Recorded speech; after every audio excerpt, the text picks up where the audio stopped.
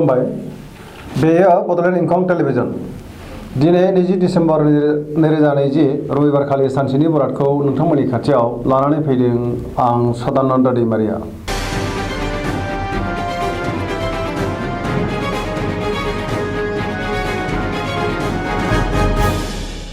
सिगां फरायथिं लादों मेष राशि। दिनैनि साना जोबोर मोजां। गोसोआव गोदान साननाय आरो गोदान बोलो फैगोन। मावनो लानाय खामानिखौ गोरलैयैनो मावफुंनो हानानै गोसोखौ दिनै जोबोर गोजोननाय मोनगोन।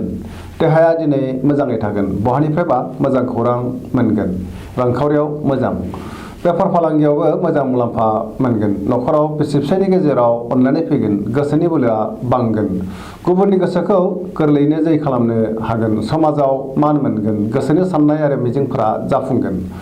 लाइमोनफोरनि गोसोआ जोबोर रमान्टिक जागोन। फरायसाफ्रा फरायनायाव गोसो दुंखांगोन आरो मोजां फिथाइ मोनगोन।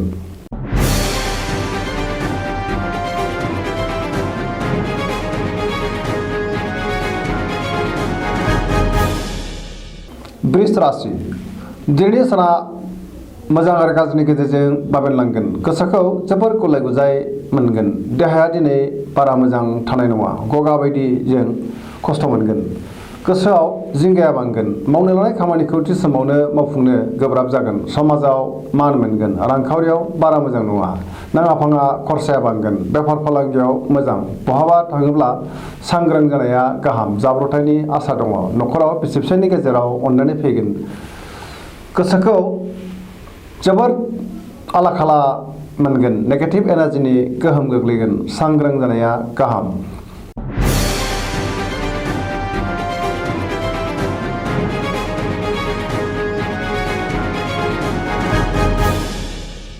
मिथुन राशि।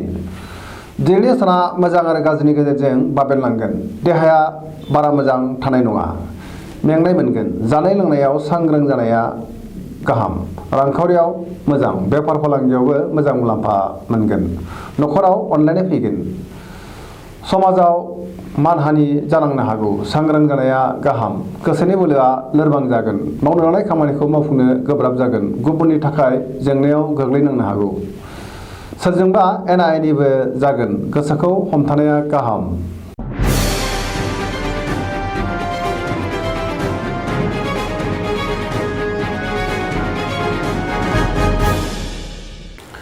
कर्कट राशि।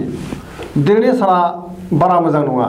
गोसोआव बेले बेजे साननाय फैगोन। मावनो लानाय खामानिखौ मावफुंनो गोब्राब जागोन। रांखावरियाव बारा मोजां नङा। नाङा फाङा खरसाया बांगोन। बेफार फालांगियाव मोजां होनजायो। न'खराव सोरबा लोमजानो हागौ। देहाया मोजां थानाय नङा। गुबुननि थाखाय जेंनायाव गोग्लैनांगोन।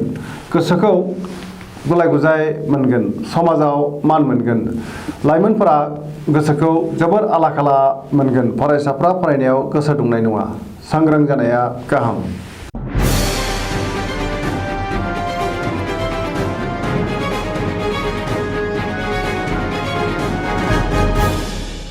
सिंह राशि। दिनैनि साना बारा मोजां नङा। गोसोआव बेले बेजे साननाय फैगोन। मावनो लानाय खामानिखौ मावफुंनो गोब्राब जागोन। सोरबा लोगोआ खैफोदाव खोख्लैनो नाजागोन। रांखावरियाव मोजां। बेफार फालांगियावबो मोजां। मोननो गोनांफोरखौ दिनै मोननो हागोन। न'खराव बिसि फिसायनि गेजेराव एना एनि फैनो हागौ। समाजाव मान मोनगोन। बिमा बिफानि अननाय मोनगोन। बिदा फंबायजों गोरोबनो रोंनाय नङा। लाइमोनफ्रा दिनै जोबोर आला खाला मोनगोन।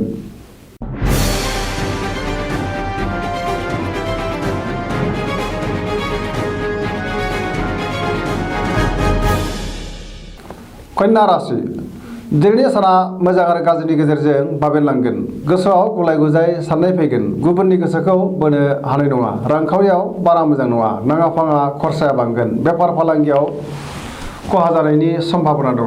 देहाया दिनै मोजाङै थागोन। अब्लाबो जानाय लोंनायाव सांग्रां जानाया गाहाम। न'खराव अनलायनाय फैगोन। गोबां खामानियाव मुखुब थानांगोन। सोरजोंबा एना एनि जानोबो हागौ।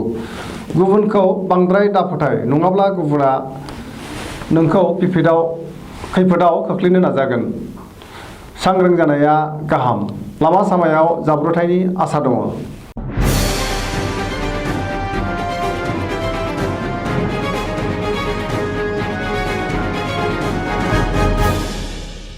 तुला राशि दिनैनि साना जोबोर मोजां गोसोखौ जोबोर गोजोननाय मोनगोन गोसोनि बोलोआ बांगोन गोसोनि साननायफोरा जाफुंगोन मावनो लानाय खामानिखौ थि समावनो मावफुंनो हागोन देहाया दिनै मोजाङै थागोन रांखावरियाव जोबोर मोजां अदेबानि खरसायाबो बांगोन नखराव बिसि फिसायनि गेजेराव अनलायनाय फैगोन समाजाव गोबां मान मोनगोन बेफार फालांगियाव मोजां मुलाम्फा मोनगोन सोरबा गुबुन सुबुङा गाज्रि नोजोर होखोमानो हागौ सांग्रां जानाया गाहाम सिगांनि बबेबा फालांगियाव गोबां मुलाम्फा मोननायनि सम्भावना दङ लाइमोनफोरा जोबोर रमान्टिक जागोन फरायसाफ्रा फरायनायाव गोसो दुंखांगोन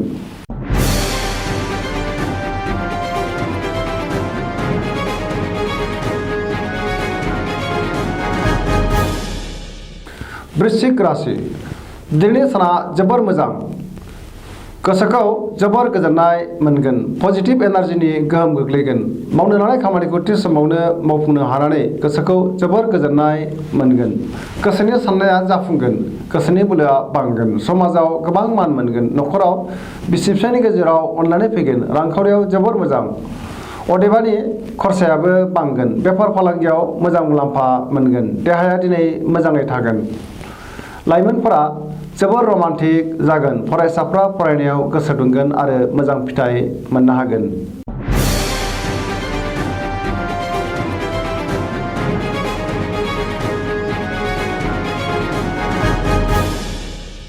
धनु राशि दिनैनि साना मोजां आरो गाज्रिनि गेजेरजों बाबेरलांगोन गोबां बिथिङाव बेले बेजे आरो हेंथा नुजाथिगोन अदेबानि गोसोआव बोलोआ बांगोन मावनो लानाय खामानिखौ थि समावनो मावफुंनो हागोन गोसोनि साननाया जाफुंगोन रांखावरियाव मोजां नाथाय खरसाया बांगोन बेफार फालांगियाव जोबोर मोजां होनजायो समाजाव मान मोनगोन देहाया दिनै मोजाङै थागोन जानाय लोंनायाव सांग्रां जानाया गाहाम नखराव बिसि फिसायनि गेजेराव अनलायनाय फैगोन गोसोआ दिनै जोबोर रमान्टिक जागोन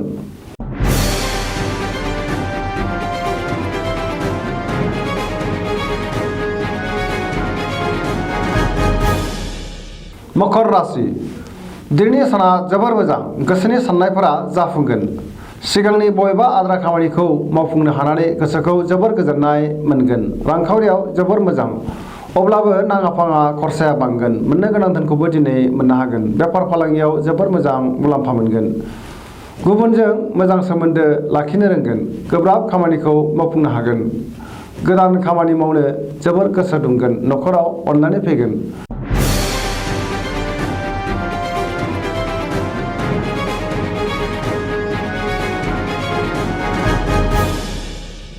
कुम्भ राशि दिनैनि साना मोजां आरो गाज्रिनि गेजेरजों बाबेरलांगोन गोसोखौ जोबोर बेले बेजे मोनगोन मावनो लानाय खामानिखौ थि समावनो मावफुंनो गोब्राब जागोन बहानिफ्रायबा हरखाबै गाज्रि खौरां फैनो हागौ समाजाव मान मोनगोन गोबां मुंदांखा सुबुंजों लोगो मोनलायगोन रांखावरियाव मोजां होनजायो नाथाय खरसाया बांगोन बहानिफ्रायबा गोबां धोन मोननायनिबो सम्भावना दङ देहाया दिनै मोजाङै थागोन नखराव अनलायनाय फैगोन गुबुननि हेफाजाब मोनगोन सुथुरा गाज्रि नोजोर होखोमागोन सांग्रां जानाया गाहाम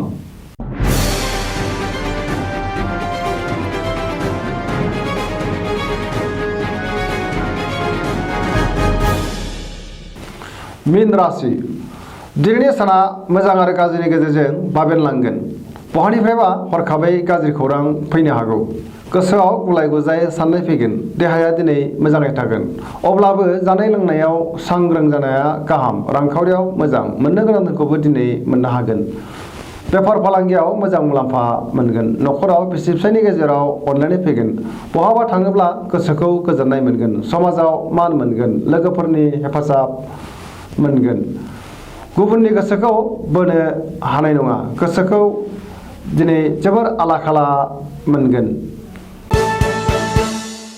दिनैनि राशि फरायनाया एसेनोसै जोबनायाव बेखौनो खावलायो जाहाथे नोंथांमोना सानफ्रामबो जोंनि बे बड'लेण्ड इंखं टेलिभिजनखौ नायबाय थायो आरो साबस्क्राइब खालामो एसेनोसै गोजोन्थों।